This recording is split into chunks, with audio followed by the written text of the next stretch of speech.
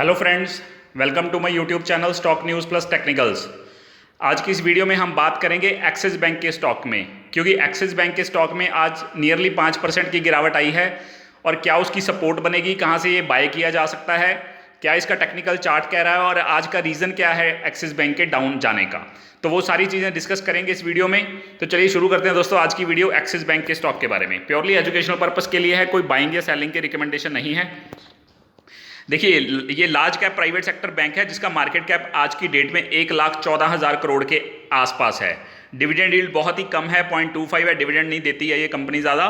52 week high देखिए 819 रुपये है और लो 286 जो इसने अभी लगाया था जब मार्केट ने 7500 का लो लगाया था, और अभी ट्रेड कर रहा है 400 के आसपास, मतलब अपने हाई से अभी भी 50-55% डिस्काउंट पे स्टॉक ट्रेड कर रहा है। लेकिन प्राइस टू अर्निंग रेशो देखिए 70 है, जबकि इंडस्ट्री की प्राइस अर्निंग है 25, तो उस हिसाब से अगर देखें तो अभी भी एक्सपेंसिव है प्राइस टू अर्निंग रेशो के हिसाब से। होल्डिंग्स देख लेते हैं। प्रमोटर्स के पास होल्डिंग है 15.75%। एफआईआईज ने थोड़ा स्टेक कम किया है, 44.55% किया है फ्रॉम 47.25%। डीआईआईज ने थोड़ा बढ़ाया है, डोमेस्टिक इन्वेस्टर ने 32.82% कर दिया है फ्रॉम 29.93%, और अदर रिटेल इन्वेस्टर्स के पास है 6.87। तो ये है तो है brief analysis fundamental axis bank के स्टॉक के बारे में। तो बेसिकली आज सारे फाइनेंशियल्स, एनबीएफसीज और बैंक्स थोड़े से ज़्यादा नेगेटिव इसलिए हैं क्योंकि एस&पी ने जो आउटलुक दी है सारे फाइनेंशियल्स की वो नेगेटिव कर दी है थोड़ी सी। तो एक बयान से, उनके एक बयान से सारे फाइनेंशियल्स आज वीक थे। आईसीआईसी बैंक भी डाउन था, एक्सिस बैंक भी डाउन था, इंडसइंड बैंक भी डाउन था, सिर्फ एचडीएफसी बैंक में थोड़ी पॉजिटिविटी थी, बाकी ज़्यादातर फाइनेंशियल्स वीक थे आज इसकी वजह से, एस&पी की रेटिंग की वजह से। तो अब देखते हैं थोड़ा सा टेक्निकल चार्ट एक्सिस बैंक के स्टॉक का। देखिए 3 मंथ से ये स्टॉक क्या कर रहा है, यहाँ पे 324 का लो है, लेकिन 6 मंथ में देखेंगे तो हम 286 का लो लगाया था। 324 का लो है, 332 का लो है, फिर उसके बाद 360 का लो है। देखिए लो तो हाईज बन रहे हैं, मतलब हायर लोज बन रहे हैं। पहले जो आगे वाला लो है वो पीछे वाले लो से ऊपर है, तो यहाँ से तो पता चलता है कि अप ट्रेंड भी है, अप ट्रेंड है ये स्टॉक। लेकिन अगर हम हाईज देखें, यहाँ पे 485 का हाई लगाने के बाद ये स्टॉक 2 बार यहाँ पे 445, 448 पे इसने डबल टॉप बनाया है, मतलब 445 के ऊपर जा नहीं पा रहा है।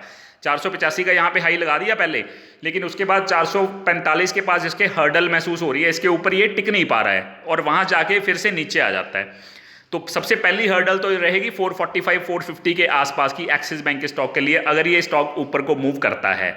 लेकिन नीचे अब सपोर्ट कहाँ है, देखिए नीचे ये बड़ी कैंडल जो आप देख रहे हैं, ये ग्रीन कैंडल, इसका जो लो है वो 332 का है और इसका जो इसके आसपास का लो है, इसका जो हाई है वो 392 का है। तो 392, 390 मतलब 390 से 395 के बीच में अगर हम रेंज लें 4-5 पॉइंट की, तो 390 से 395 की रेंज में अच्छी सपोर्ट है एक्सिस बैंक के स्टॉक की।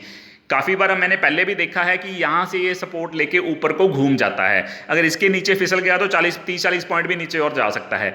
लेकिन अभी के लिए मैं बताऊँ तो 390, 395 पे अच्छी सपोर्ट है एक्सिस बैंक की। अभी भी ये स्टॉक जैसे 400, 404, 405 पे ऊपर बंद हुआ है, तो हो सकता है कल आने वाले दिन में ये 390-95 तक आए और वहाँ से सपोर्ट लेके वापस घूम जाए। लेकिन आज तो एक बयान की वजह से ये सारे बैंकिंग फाइनेंशियल्स में थोड़ी वीकनेस थी, इसलिए मार्केट भी थोड़ी सी नेगेटिव थी, तो इस वजह से भी सारे स्टॉक नीचे आ गए।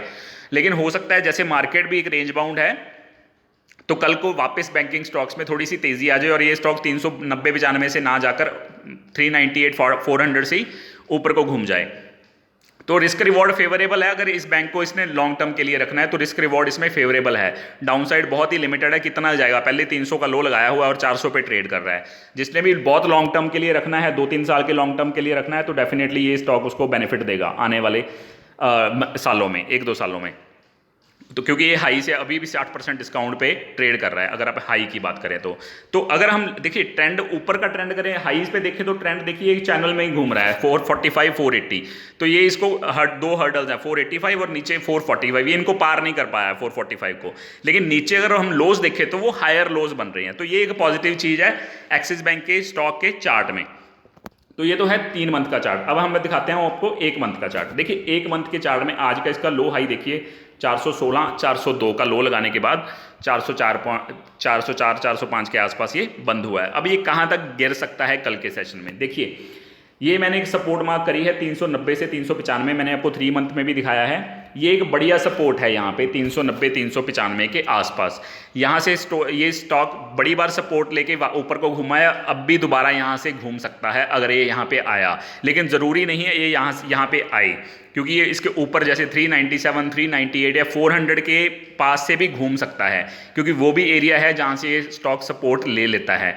तो आपने ध्यान रखना है, इसमें डाउनसाइड बहुत लिमिटेड है, मुझे नहीं बहुत ज़्यादा डाउनसाइड दिखती इसमें। हाँ, अगर मार्केट में करेक्शन हुई तो अलग बात है, तो इसमें 40-50 पॉइंट की करेक्शन आ गई तो आ गई, लेकिन अदरवाइज अभी तक के लिए मुझे ये लग रहा है कि इसमें मैक्सिमम 10 पॉइंट की गिरावट और हो सकती है शॉर्ट टर्म में, क्योंकि निफ्टी भी रेंज बाउंड है, 10-200 और 10-400-500 बीच में घूम रही है, तो इसीलिए एक्सिस बैंक के स्टॉक में भी ज़्यादा से ज़्यादा 10-12 पॉइंट की गिरावट यहाँ से आ सकती है। 390-95 के बीच में ये सपोर्ट ले सकता है, हो सकता है 400 से ही घूम जाए। तो आपने ध्यान रखना है, रिस्क रिवॉर्ड फेवरेबल है इस स्टॉक में, डेफिनेटली इसको पोजीशनल टारगेट के लिए शॉर्ट टर्म के लिए भी बाय किया जा सकता है और लॉन्ग टर्म के लिए भी बाय किया जा सकता है, क्योंकि ये अपने हाई से 55% डिस्काउंट पे ट्रेड कर रहा है अभी भी। तो ये आपने ध्यान रखना है एक्सिस बैंक के स्टॉक में। लॉन्ग टर्म के लिए कोई दिक्कत नहीं है, ठीक है, सारा मॉरेटोरियम पीरियड की वजह से हो सकता है एनपीएस वगैरह बैंकिंग में स्टॉक में बढ़े, तो वो एक चिंता वाली बात ज़रूर है, पर डेफिनेटली 2-3 सालों की अगर हम बात करेंगे या 5 सालों की बात करेंगे तो डेफिनेटली ये स्टॉक बहुत बढ़िया कमाई करा के देगा आपको आने वाले सालों में। पोजिशनल के लिए भी आप रख सकते हो, रिस्क रिवॉर्ड फेवरेबल है इस स्टॉक में। अब देखते हैं एक्सिस बैंक का एमएसीडी पे भी देखिए कोई इंडिसिसिव है, ब्लू लाइन और रेड लाइन दोनों आपस में मिली हुई हैं, समझ नहीं आ रही कि ऊपर जाएगा कि नीचे जाएगा, तो डेफिनेटली इंडिसिसिव है एमएसीडी पे, कहीं भी जा सकता है ये स्टॉक।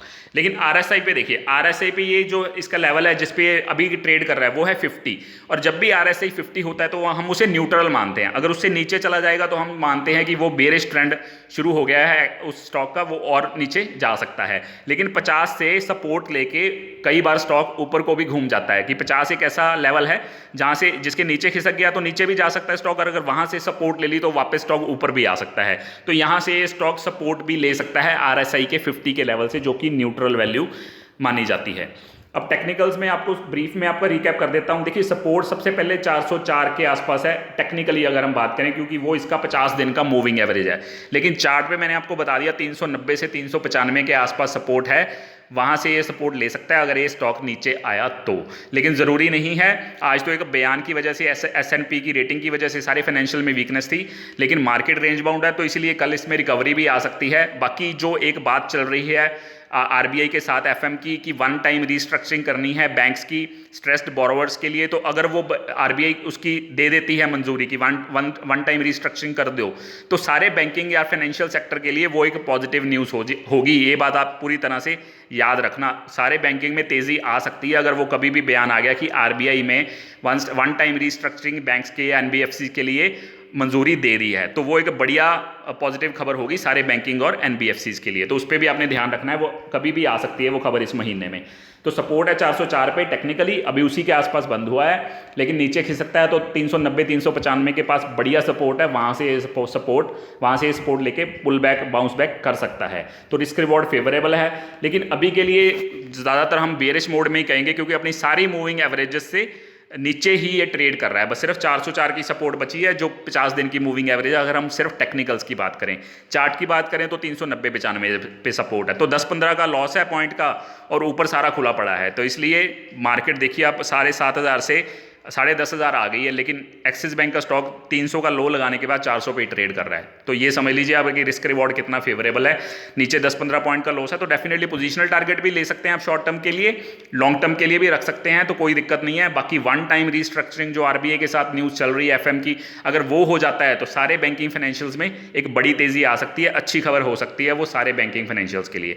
तो ये है हमारा आज का वीडियो एक्सिस बैंक के स्टॉक के बारे में, टेक्निकल जिसमें हमने डिस्कस किए सपोर्ट रेजिस्टेंस, कहाँ बाइंग बनती है, कहाँ ऊपर जाने की रेजिस्टेंस है, तो वो सारा कुछ डिस्कस किया। वीडियो अच्छी लगी हो तो लाइक और सब्सक्राइब जरूर करें फ्रेंड्स। Thanks a lot.